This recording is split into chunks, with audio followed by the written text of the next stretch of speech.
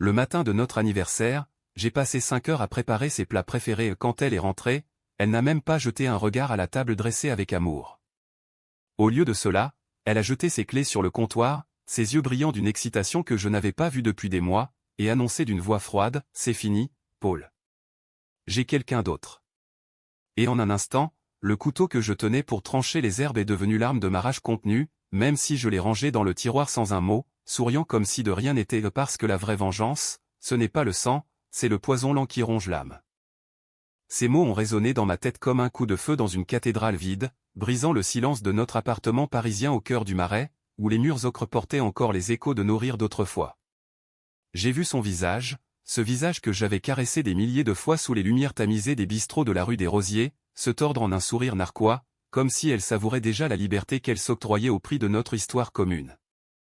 Mais ce qui m'a vraiment glacé le sang, ce n'est pas la trahison elle-même, non, c'était la certitude dans sa voix, la façon dont elle a dit « quelqu'un d'autre », comme si j'étais un meuble usé qu'on jette au bord du trottoir lors des encombrants du mercredi, et moi, Paul Lefebvre, architecte de 38 ans, homme rationnel qui avait bâti notre vie pierre par pierre avec la précision d'un plan d'urbanisme haussmannien, je me suis senti s'effondrer comme un immeuble mal conçu sous les assauts d'une tempête invisible. Pourtant, je n'ai pas crié, je n'ai pas pleuré sur le parquet ciré qui craquait sous mes pieds nus. J'ai hoché la tête, lentement, et j'ai dit « D'accord, Marie.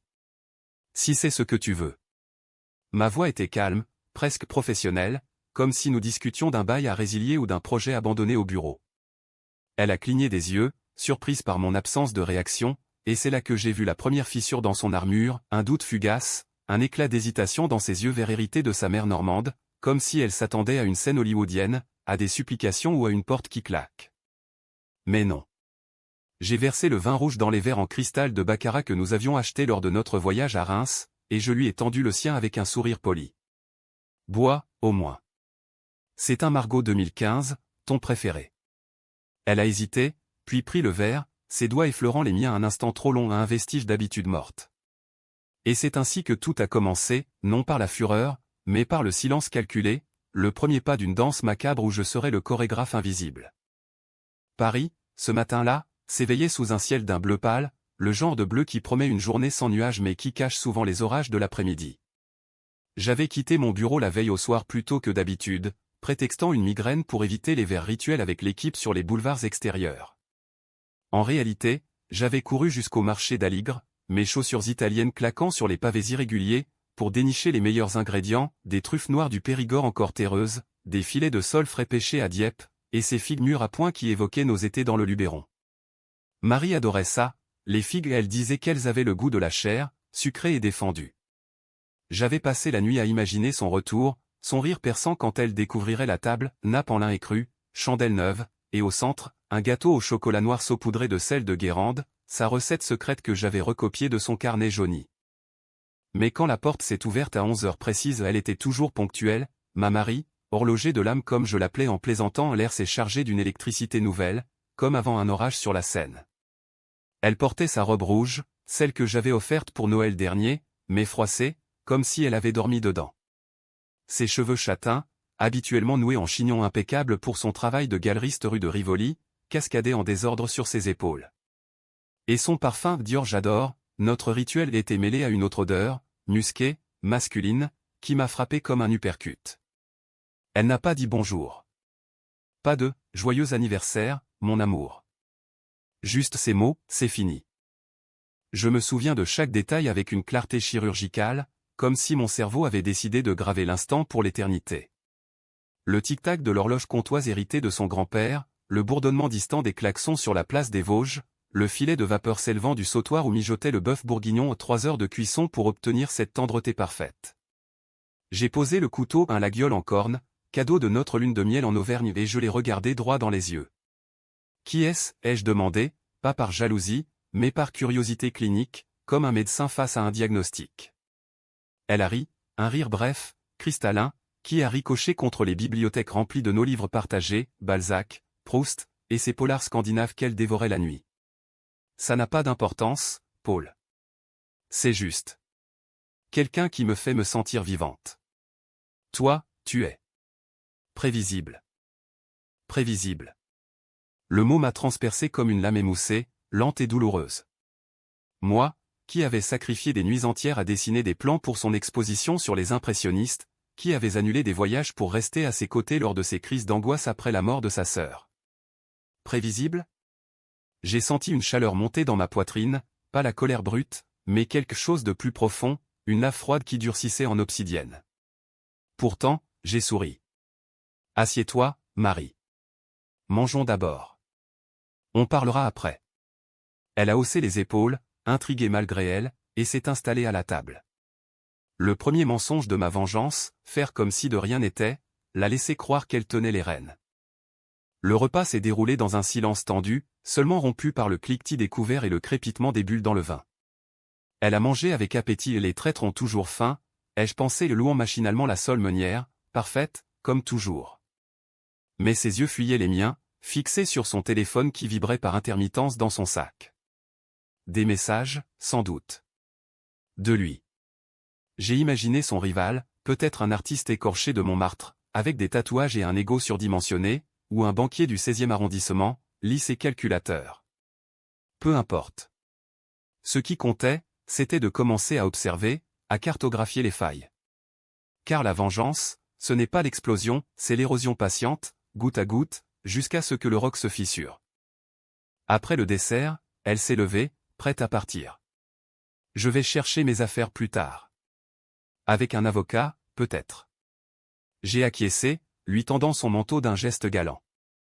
À la porte, elle s'est retournée, une lueur de regret dans le regard. Tu ne vas pas faire une bêtise, hein? J'ai ri doucement. Jamais, ma chérie. Bonne chance avec ton nouveau jouet. La porte s'est refermée, et là, seul, j'ai sorti le téléphone. Pas pour l'appeler, non. Pour chercher son nom sur les réseaux, pour fouiller les traces numériques de notre vie commune. Le premier fil de la toile. Paris bruissait dehors, indifférente, mais moi, j'entrais en guerre. Une guerre intérieure, où l'arme principale serait mon esprit affûté, impitoyable. Les jours suivants ont été un brouillard calculé. Au bureau, chez Moreau et Associés, j'ai maintenu la façade, sourire aux collègues, croquis impeccables pour le nouveau projet de la défense. Mais la nuit, dans l'appartement vide qui sentait encore son parfum, je reconstruisais le puzzle. Son téléphone vibrait souvent à des heures précises, 22h30, après les dîners tardifs. J'ai installé un traceur sur son sac, un petit gadget acheté en ligne, discret comme un espion de Le Carré. Elle ne l'a pas remarqué. Les premières données, rendez-vous au café de Flore, puis un hôtel discret rue de Seine. Lui s'appelait Laurent Duval, quarantaine athlétique, galeriste concurrent. Ironie du sort, il exposait les mêmes monnaies qu'elle chérissait. La rage n'était plus brute, elle s'était muée en une faim vorace de justice tordue. Je commençais à noter tout, ses habitudes, ses faiblesses. Marie avait toujours été fière de son réseau, ses critiques d'art snob, ses collectionneurs fortunés. Et si je les empoisonnais, goutte à goutte? Pas avec du cyanure, mais avec des rumeurs, des doutes semés comme des graines dans un jardin mal entretenu. Le premier appel, à Sophie, sa meilleure amie, sous prétexte d'une confidence larmoyante. Elle change, Sophie. Elle boit trop, depuis la mort de Claire. Je m'inquiète. Un mensonge piégé, qui germerait. Bientôt, les fissures apparaîtraient. Et moi, j'attendrais, patient, comme un architecte observant son œuvre se dresser ou s'effondrer. Les semaines s'écoulèrent comme les eaux troubles de la Seine après une averse, lente et imprévisible. J'avais transformé notre appartement en quartier général d'opération, les plans d'architecture éparpillés sur la table basse remplacés par des carnets noirs remplis d'une écriture serrée, presque illisible, horaire de Marie, numéro de téléphone, connexion professionnelle. Chaque matin, je me levais à l'aube, buvais un café noir devant la fenêtre donnant sur la place, observant les Parisiens pressés qui ignoraient les drames intimes derrière les façades haussmanniennes. Marie avait pris un hôtel temporaire près de l'Opéra, prétextant le besoin d'espace, mais mes traceurs, un sur son téléphone, un autre sur sa voiture, me racontaient une autre histoire, nuit chez Laurent, dîner au Fouquet's, et ses escapades à Deauville où elle prétendait voir des clients. La douleur, au début, était physique, une barre dans la poitrine quand je repensais à nos matins enlacés, à la façon dont elle murmurait mon nom en dormant. Mais je l'ai canalisée, la transformant en carburant. La psychologie des hommes brisés, je l'avais étudiée des livres de Freud au thriller de Hicksmith, lus avidement dans le métro bondé. L'être humain, quand il est durement touché, cherche la symétrie, œil pour œil. Mais moi, je visais plus subtil, plus français dans son élégance cruelle, une vengeance à la Tom Ripley, où la victime se noie dans ses propres illusions. Le premier coup porté fut anodin, presque poétique. J'avais accès à son compte email, mot de passe inchangé depuis nos débuts, amour 2010, pathétique reliquat de naïveté. Parmi les messages anodins, un fil avec Laurent, des mots doux, des photos volées. J'en ai sélectionné un, innocent en surface, elle en robe de soirée, sourire radieux, et les forwarder à son patron, Monsieur Bertrand, avec un sujet neutre, idée pour l'expo impressionniste. Pièce jointe, la photo, mais modifiée subtilement avec Photoshop, un verre de vin à la main, l'air un peu trop éthéré. Bertrand, puritain notoire, a répondu poliment, mais j'ai vu les rouages tourner. Bientôt, une réunion, informelle, pour discuter de sa forme récente. Marie m'a appelé ce soir-là, voix tendue. Paul, tu as parlé à quelqu'un au boulot? Bertrand me regarde bizarre. J'ai feint l'innocence, voix chaude de sollicitude. Non, ma chérie. Peut-être le stress? Viens dîner, si tu veux. J'ai fait ton coq au vin. Elle a refusé, mais j'ai entendu le doute s'installer, comme une écharde sous la peau. Parfait.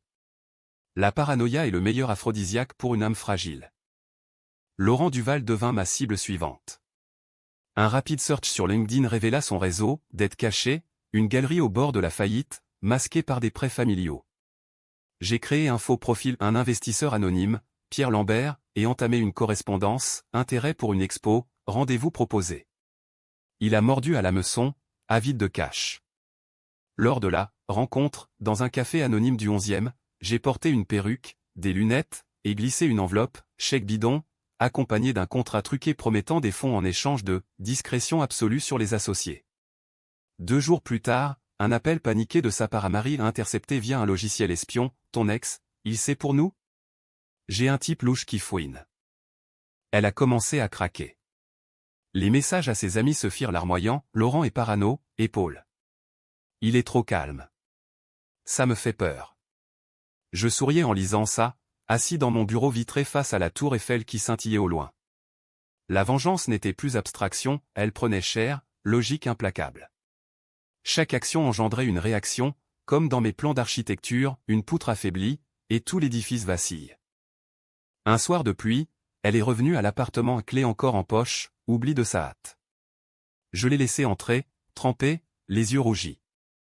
Juste pour prendre des vêtements, a-t-elle marmonné. Je lui ai préparé un thé, écoutant ses plaintes sur Laurent, sur le boulot. Tu sais, Paul, peut-être qu'on pourrait discuter d'un divorce amiable. J'ai hoché la tête, posant ma main sur la sienne, geste calculé, chargé d'une tendresse feinte. Bien sûr. Mais prends ton temps. Paris est petite, les rumeurs voyagent vite. Elle a frissonné, sans savoir pourquoi. Moi, si. Bientôt, les fissures s'élargirent.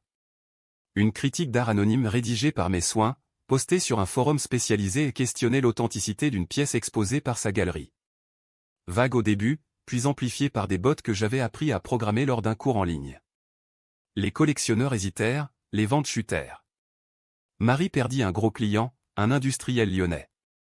Elle m'appela en pleurs, c'est l'enfer, Paul. Tout s'effondre. Je répondis, viens, on mange ensemble. Je fais des escargots, comme à Lyon. Refus encore, mais la graine était plantée, le doute que j'étais son port d'attache, même empoisonné. La nuit, seul, je revivais l'anniversaire, son sourire narquois, le vin non bu. La rage se muait en triomphe froid. J'étais l'architecte de sa chute, et Paris, ma cathédrale complice, abritait le cœur silencieux de ma revanche. L'automne s'installa sur Paris avec sa mélancolie habituelle, feuilles rousses jonchant les allées du Luxembourg, où je marchais désormais seul, les mains dans les poches de mon trench Burberry usé. Marie avait emménagé chez Laurent, un loft spacieux à Bastille, avec vue sur la colonne de Juillet, symbole ironique de révolutions avortées. Mes traceurs confirmaient tout, disputes nocturnes, verres brisés, et ces silences lourds qui précèdent les ruptures. Laurent, sous pression, accusait Marie de l'avoir maudit, avec ses problèmes professionnels. Elle, à bout, se confiait à son journal intime que j'avais numérisé via un malware installé lors d'une visite surprise, pour discuter papier. Les entrées étaient crues, révélatrices, Paul me hante. Ses yeux, se calment. comme s'il savait tout. Laurent est un lâche, il fuit dès que ça chauffe. Je lisais ça sur mon ordinateur portable, un whisky à la main, le feu crépitant dans la cheminée. La psychologie humaine est fascinante dans sa fragilité, on trahit par faiblesse, on regrette par vanité. Marie regrettait non par amour, mais par peur du vide le sien, béant comme les carrières de craie sous la ville. Mon prochain coup visa le cœur de Laurent, son passé. Une recherche approfondie archive en ligne, contact discret via un détective freelance payé en cash révéla un scandale étouffé, une affaire de faux tableaux 10 ans plus tôt, classée sans suite grâce à des avocats onéreux. J'anonymisai un dossier, l'envoyai à un journaliste de Le Monde, sous couvert d'une « source fiable ». Le papier sortit un mardi, discret, ombre sur le marché de l'art, un galeriste dans la tourmente. Laurent paniqua, annula une expo majeure. Marie, impliquée par association, vit sa réputation ternie. Un email intercepté, c'est ton ex, j'en suis sûr. Il nous détruit. Elle craqua lors d'une soirée à la Fondation Louis Vuitton et événement mondain où je m'étais invité via un faux badge. Je la vis de loin, robe noire moulante, verre de champagne tremblant dans la main, entouré de chuchotements. Nos regards se croisèrent, elle pâlit. Plus tard, dans les jardins sombres, elle m'aborda, Paul. C'est toi. Je feignis la surprise. Moi? Pourquoi faire, Marie? Je t'aime encore, tu sais. Mensonge pur, mais efficace, elle fondit en larmes, se blottissant contre moi comme au premier jour. Je la consolai, murmurant des promesses vides, sentant son corps frêle trembler. La vengeance intime, la faire douter de sa propre trahison, la ramener dans le piège par culpabilité. De retour chez moi, je planifiai l'escalade. Son psy, le docteur Moreau ironique homonyme reçut un dossier anonyme, extrait de son journal, suggérant une « instabilité post-traumatique ». Il ajusta ses séances, la poussant vers des médocs. Elle devint somnolente, distraite au travail. Un collègue, jaloux, profita pour la doubler sur un projet. Chute en cascade. Un soir, elle débarqua ivre, 2 heures du matin. Laurent m'a quitté. Il dit que je porte malheur. Je l'allongeai sur le canapé, lui fis un café. Reste, si tu veux. On recommencera. Elle accepta, hébétée. La nuit, je veillais, écoutant sa respiration irrégulière. Le lendemain, je découvris des messages sur son téléphone laissés exprès, preuve de son adultère. Comment as-tu, balbutia-t-elle. Je sais tout, Marie. Depuis le début. Silence assourdissant. Puis, pardonne-moi. Je pardonnai, en surface. Intérieurement, le piège se refermait. Paris, témoin muet, bruissait de ses secrets. Moi, je tissais le mien, fil par fil, jusqu'à l'étouffement. L'hiver mordit la ville avec ses vents glaciaux du nord, transformant les rues en labyrinthes gelés où les lumières de Noël clignotaient comme des mensonges. Marie était revenue, officiellement, pour réfléchir, mais je savais, c'était la peur qui la clouait là, peur du scandale, de la solitude, de l'échec qu'elle voyait miroiter dans le regard des autres. Notre lit, autrefois sanctuaire, devint champ de mine, elle se levait contre moi la nuit, murmurant des excuses, mais le jour, ses yeux erraient, hantés par des fantômes que j'alimentais subtilement. J'avais élargi le filet. Via un contact au fisc à un ancien collègue endetté, soudoyé discrètement, je fis remonter des irrégularités sur ses déclarations, frais non justifiés, liés à ses voyages d'affaires, avec Laurent. Une lettre recommandée arriva un matin, glaciale dans son formalisme administratif. Elle la lut en tremblant, pâle comme un monet sous la brume. Paul, aide-moi. C'est un cauchemar. Je feignis l'inquiétude, appelant un avocat ami qui, bien sûr, exagéra les risques, prison, saisie. Elle s'effondra, suppliante. Je ferai tout pour réparer. Tout. La réparation fut mon terrain de jeu. Je l'envoyai plaider auprès de Bertrand, son patron, robe sage, discours larmoyant sur la pression personnelle. Il accepta, mais avec une promotion gelée grâce à une note que j'avais glissée anonymement. Chez nous, je devins le sauveur, dîner aux chandelles, massage après ces journées épuisantes. Mais chaque geste était piégé, un mot susurré sur sa fragilité, relayé à ses amis via des confidences partagées. Sophie, la première, s'éloigna, tu sembles instable, Marie. Prends soin de toi. Laurent, ruiné par l'article, tenta un dernier coup, il contacta Marie pour un après amical. J'interceptai l'appel, répondant d'une voix suave, « Elle n'est pas disponible. » « Dites-moi, monsieur Duval, comment va votre galerie ? J'ai entendu des rumeurs. » Il raccrocha, terrifié. Marie, apprenant ça, me regarda avec un mélange de gratitude et de terreur. « Tu l'as menacé ? » ?»« Non, mamie. Juste protéger ce qui est à nous. » Psychologiquement, elle se fissurait, insomnie, crise d'angoisse ravivée. Son psy, influencé par mes dossiers, la diagnostiqua borderline. Médoc doublé, elle devint ombre d'elle-même forgetful, dépendante. Un soir, lors d'un dîner autour d'argent, elle confia « Je me sens vide, Paul. » Comme si j'avais tout gâché. Je serrai sa main, on rebâtira. Ensemble. Mais intérieurement, je jubilais, la victime redevenait bourreau, par consentement tacite. Puis, le coup de grâce intermédiaire, je falsifiai des preuves d'un harcèlement mutuel avec Laurent email bidon, photos truquées et les envoyai à la police. Une enquête mineure s'ouvrit, le forçant à quitter Paris pour Marseille. Marie, interrogée, se sentit piégée, c'était juste une erreur.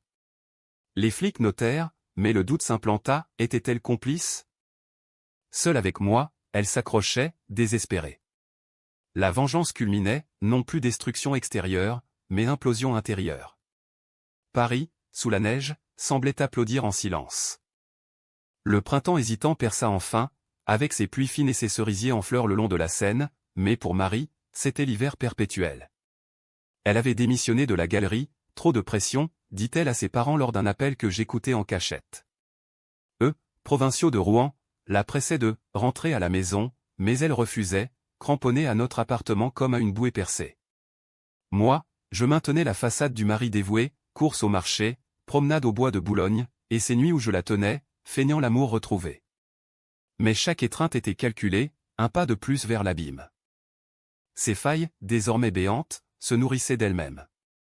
Les médocs la rendaient léthargique, elle oubliait des rendez-vous, perdait des objets que je cachais, bien sûr. Un matin, elle pleura pour une boucle d'oreille égarée, vestige de notre voyage à Venise. Tout m'échappe, Paul. Je suis maudite. Je la consolai, non, c'est le passé qui te hante. Laisse-moi t'aider. Et je l'aidai à creuser sa tombe psychologique. J'introduis idées, rêves, partagés, murmures nocturnes sur ses trahisons passées, amplifiant ses cauchemars. Son cercle social s'amenuisa. Sophie coupa les ponts après une confidence fuitée, Marie avait inventé des rumeurs sur elle. Les autres suivirent, par peur du contagion. Isolée, elle se tourna vers moi, unique encre. Tu es le seul qui reste, sanglota-t-elle un soir, après un verre de trop. Je hochai la tête, toujours. Mais le lendemain, je contactai ses parents à voix brisée, elle va mal. Dépression sévère. Ils vinrent, horrifiés par son état, pâle, égaré. Que as-tu fait, Paul ? Demanda sa mère. Je jouais l'impuissance, j'essaie de la sauver. Laurent, depuis Marseille, tenta un retour à un email pathétique, on s'est trompé. Reviens. Elle le montra, hésitante. Je le supprimai subtilement, plantant le doute, il t'utilise encore. Oublie-le. Elle obéit, mais la graine de paranoïa germa, elle fouilla mes affaires, cherchant des preuves de ma vengeance. Rien, bien sûr tout était numérique, effaçable. Frustrée, elle consulta un nouveau psy, que je conseillai, via un faux témoignage anonyme, patiente instable, risque suicidaire. L'été approcha, torride et oppressant. Lors d'une canicule, elle eut une crise, hurlement dans la nuit, accusation floue. J'appelai les secours ambulance, camisole chimique. À l'hôpital Sainte-Anne, on la diagnostiqua schizophrène naissante. Elle sortit brisée, dépendante de moi pour tout, facture, repas, même ses pilules. Merci, Paul. Sans toi. Je souris, c'est normal. La vengeance atteignait son zénith, elle n'était plus Marie l'indépendante, mais une coquille, hantée par des ombres que j'avais invoquées. Paris, ensoleillé, contrastait avec son obscurité intérieure. Moi, serein, je planifiais la fin, pas la mort, mais l'oubli total. L'été céda la place à un automne précoce, avec ses brumes matinales enveloppant les ponts de la Seine comme un voile de deuil.